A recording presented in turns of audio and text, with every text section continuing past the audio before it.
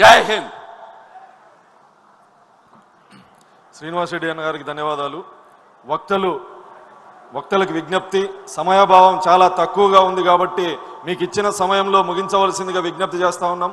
ఇదే తీర్మానాన్ని బలపరచవలసిందిగా శ్రీకాకుళం శాసనసభ్యులు శంకర్ గారికి విజ్ఞప్తి చేస్తాం.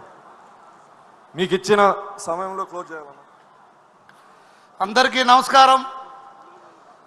ముందుగా తెలుగుదేశం పార్టీ వ్యవస్థాపకులు దివంగత నేత స్వర్గీయ శ్రీ నందమూరి తారక రామారావు గారిని స్మరించుకుంటూ ఈనాటి కార్యక్రమానికి ముఖ్య అతిథి నిజాయితీపరులు, క్రమశిక్షణ, కష్టపడే తత్వం, అకుంఠ దీక్షత పరుడు జాతీయ పార్టీ అధ్యక్షులు నందమూరి శ్రీ నారా చంద్రబాబు నాయుడు గారికి, అలాగే యువగలం పాదయాత్రతో తన సత్తా చాటి రాష్ట్రంపై తనకున్న అభివృద్ధి సంక్షేమాలపై ఉన్న బాధ్యతని నిరూపిస్తూ యువగలం పాదయాత్ర చేసినటువంటి జాతీయ ప్రధాన కార్యదర్శి శ్రీ నారా లోకేష్ అన్న గారికి, రాష్ట్ర పార్టీ అధ్యక్షులకు, అలాగే వేదికను అలంకరించిన పెద్దలకు, వేదిక ఉన్నటువంటి తెలుగుదేశం పార్టీ కుటుంబ సభ్యులకు అందరికీ పేరు పేరున నా హృదయపూర్వక నమస్కారాలు తెలియజేసుకుంటున్నాను.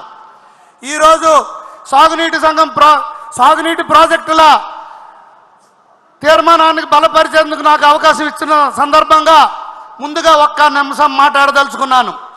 గౌరవ జాతీయ పార్టీ అధ్యక్షులు నందమూరి నారా చంద్రబాబు నాయుడు గారు, అలాగే లోకేష్ అన్న గారు ఒకే మాట చెప్తుండేవాళ్ళు, మీరందరూ వెళ్ళి జనాల్లో కష్టపడి పనిచేయండి, మిమ్మల్ని గుర్తించి మేము మంచి స్థానం ఇస్తామని. నేను అనుకునేవాడిని, కోట్లాది మంది జనాల్లో మీరు ఎక్కడ ఉండి మమ్మల్ని ఎలా గుర్తిస్తారని అనుకునేవాడిని.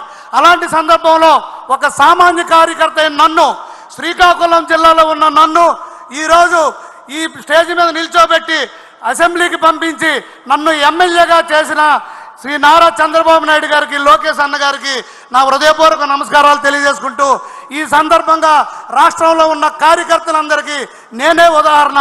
అందుకే మీరందరూ కూడా ప్రభుత్వం యొక్క సంక్షేమ పథకాలని, అభివృద్ధి కార్యక్రమాలని ప్రజలకు తెలియజెప్పినట్లయితే మీకందరికీ సరైన స్థానం కలుగుతుందని నేను ఈ విధంగా మీ అందరికి ఆశాభావం వ్యక్తం చేస్తూ దానికి ఉదాహరణని నేనే తెలియజేసుకుంటున్నాను.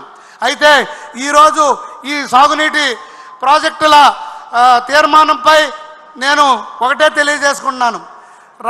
రాష్ట్రంలో గత 5 సంవత్సరాల్లో తట్టెడు మట్టి కూడా ఎక్కడా పూడికి తీసిన సందర్భాల్లో లేదు. గుర్రపు డెక్కతో పూర్తిగా కాలువలన్నీ ఫుల్ అయిపోయి శివారు భూములకు నీరెళ్ళని పరిస్థితిలో ఉండేది. గత ప్రభుత్వం, కూటమి ప్రభుత్వం ఏర్పాటైన తర్వాత గౌరవ ముఖ్యమంత్రి వర్యులు నారా చంద్రబాబు నాయుడు గారు రాష్ట్రాన్ని సస్యశ్యామలం చేసే దిశగా, అన్నపూర్ణ ఆంధ్రప్రదేశ్ చేసే దిశగా ఆయన చేపట్టి అన్ని కార్యక్రమాలని చేపట్టి గత సంవత్సరం బ్రహ్మాండంగా పంటలు పండే విధంగా చేయగలిగాం.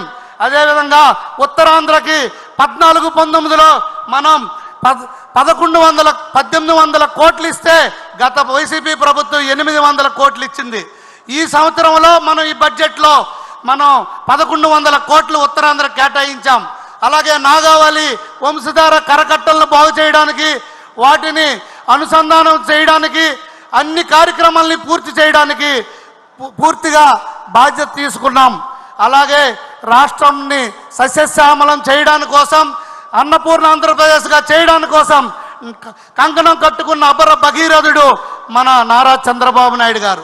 ప్రతి ఎకరాకు సాగునీరు, ప్రతి ఇంటికి త్రాగునీరు ఇచ్చే దిశగా ముందుకు పోవడానికి, అలాగే ఉత్తరాంధ్ర సుజల స్రవంతిని కూడా పూర్తి చేయడానికి కంకణం కట్టుకున్నారు మన ముఖ్యమంత్రి వర్యులు శ్రీ నారా చంద్రబాబు నాయుడు గారని తెలియజేస్తూ, ఈరోజు ఇంత చక్కటి అవకాశం, ఇంత ఎక్కడో ఆ చివర కూర్చున్న నన్ను ఈరోజు ఈ మహావేదిక మహానాడులో మాట్లాడే అవకాశం కల్పించినందుకు మీకు హృదయపూర్వక నా పాదాభివందనాలు తెలియజేసుకుంటూ, జై తెలుగుదేశం, నారా చంద్రబాబు గారి నాయకత్వం, నారా లోకేష్ అన్న గారి నాయకత్వం, ఎన్టీఆర్. ధన్యవాదాలు. శంకరన్న గారికి ధన్యవాదాలు. ఇప్పుడు తెలంగాణ వ్యవసాయం సాగునీటి ప్రాజెక్టుపై తీర్మానం ప్రవేశపెట్టవలసిందిగా తెలంగాణ తెలుగుదేశం